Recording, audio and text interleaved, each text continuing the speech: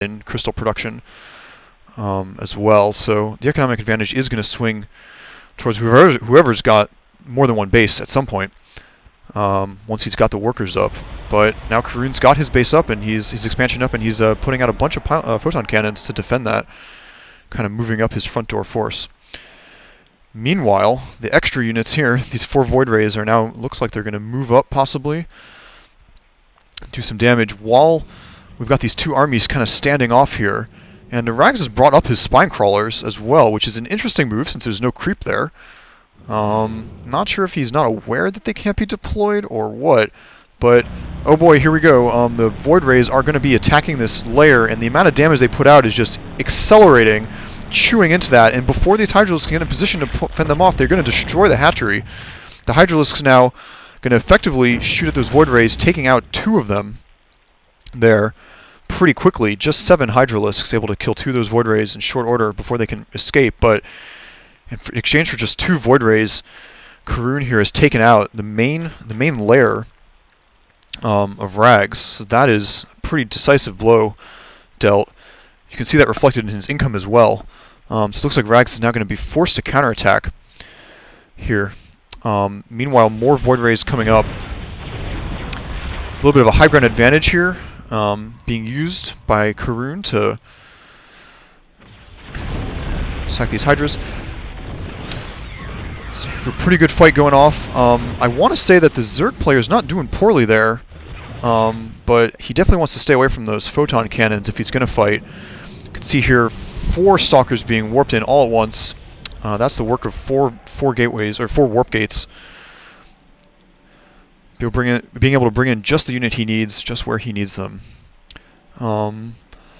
Definitely a cool feature. So we see a Twilight Council has gone down for Karune, and maybe we're going to see a Templar Archives. And now Zealots being warped in directly to the front line. I just think that's so cool. Really, really like that warp in. It looks like having destroyed his opponent's lair, Karune is happy to kind of sit here and tech up. He's getting charge, make his Zealots run faster for a short period of time when they're attacking. Very useful to get them stuck in to enemy units quickly. Wrags just kind of blockading the outside of this base, not letting Karune get out without a fight, but not really pressuring his economy either. And now we have Karune moving forward. Definitely all those Zealots getting picked off pretty quickly in the front there, and now the Hydralisks are fighting back. But every time he pulls back, it looks like he's given up some amount of damage. Every time he pulls back, I would have stayed there and fought. I think he was doing pretty well. We have more Zealots being warped in here. I don't see too many reinforcements being built by wrags. This is not going well for him. It seems like he's spending his money on upgrades and extra hatcheries, putting down a 3rd. He is remining at his main now, but he doesn't have a layer anymore, which maybe that's preventing him from building Hydralisks. I guess I'm not sure. I guess I would think that if you had the Hydralisk den, you'd be okay to keep building Hydras, but for whatever reason, he seems to be focusing. Oh no, here he goes. He's building Hydralisks now, even though he lacks a layer. Or no, I should say he got a layer. So, all right. Well, questions. Who knows? Meanwhile, 7, 8, 9 more Hydralisks coming out. 8 more Hydralisks coming out for wrags, but we have Karune pushing out into the Hydralisk waiting there. Void Rays laying into the Overlords.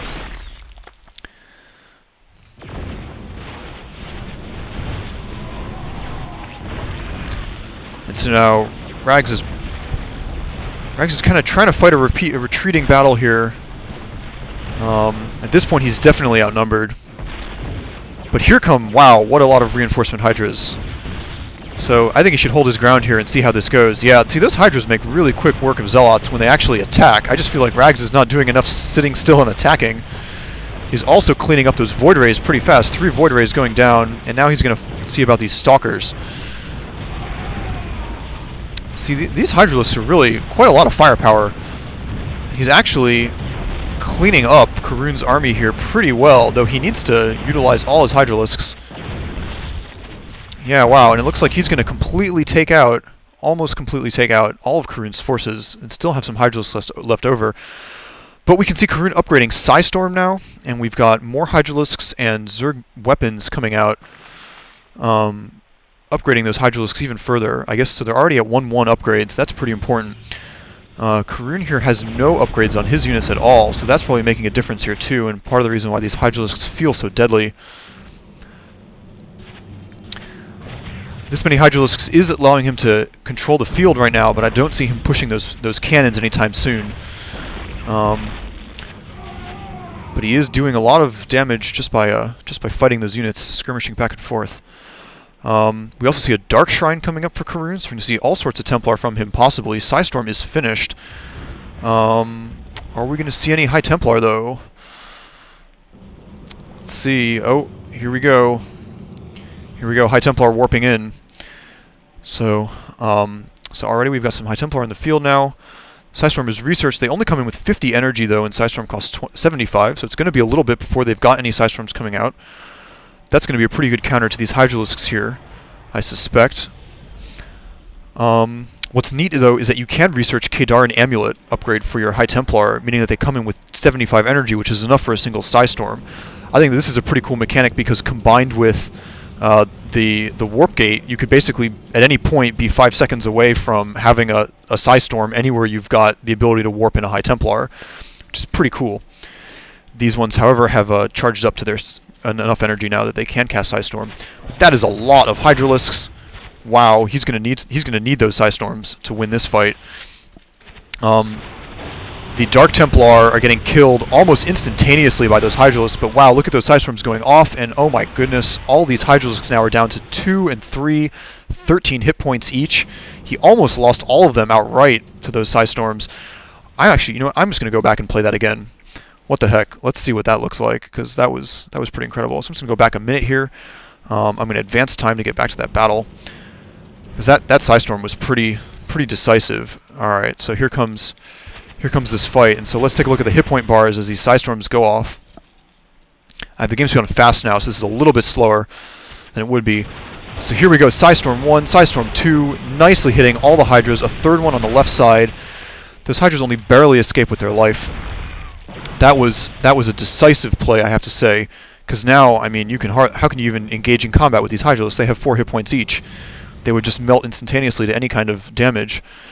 And we see more Zealots being warped in. We've got, sticking with the Void Rays, Karune really likes those. But geez, wow, I mean, this has got to be over now, because Wrags here has just got a bunch of damaged Hydralisks. What are you going to do with that? Well, apparently he's going to build more Hydralisks and get a Spire up. See about harassing this Nexus, which is trying to be put up. Those Hydralisks are just dying to like 1 or 2 photon cannon shots each now. But the offensive power of that many Hydralisks is not to be denied. Void Rays coming in from behind, and Zealots getting stuck into those Hydras. That is a lot of Zealots, and they are making very quick work of those damaged Hydralisks. And so Wrags has gotten his whole army wiped out here, and that is pretty much, I think he's pretty much out at this point. That said, his income is still pretty good because he's got these 2 expansions running, compared to Karune, who's no longer mining in his main. Wrags is actually mining in 3 bases because his main is not mined out, probably because he lost it earlier, and possibly because he didn't have as good a drone saturation as Karune did the entire game. But the Protoss have just got, you know, sufficient size of units on the field. We can see here the unit counts. 22 Hydralisks for Wrags. I guess he has replenished his forces. But that's against a bunch of Zealots, 5 High Templar, and change. So, you know, well, he's got a bunch of Hydras again. Against 5 High Templar, though, I'm not so sure if that's going to be that effective. If Karune can keep Psystorming like he has, this army should be able to clean up those Hydralisks pretty fast. But let's see what happens here. So Zealots are running into the Hydralisks from behind, and we've got High Templar moving up into position. And there goes a Psystorm. Oh, 2 Psystorms, very nicely placed, kind of making it so those Hydras were moving through them. And there goes another one. Wow, those Hydras just have nowhere to run. They can't stay in place. They can't move out either, and they are cleaned up very nicely by Karune here. Wow, that was some fantastic Psystorming. Definitely, I mean, you know, this army had no business beating those number of Hydralisks unless he put the Psystorms correctly. And there goes the GG. Very nicely played. Hope you enjoyed this, and this is Volty checking out.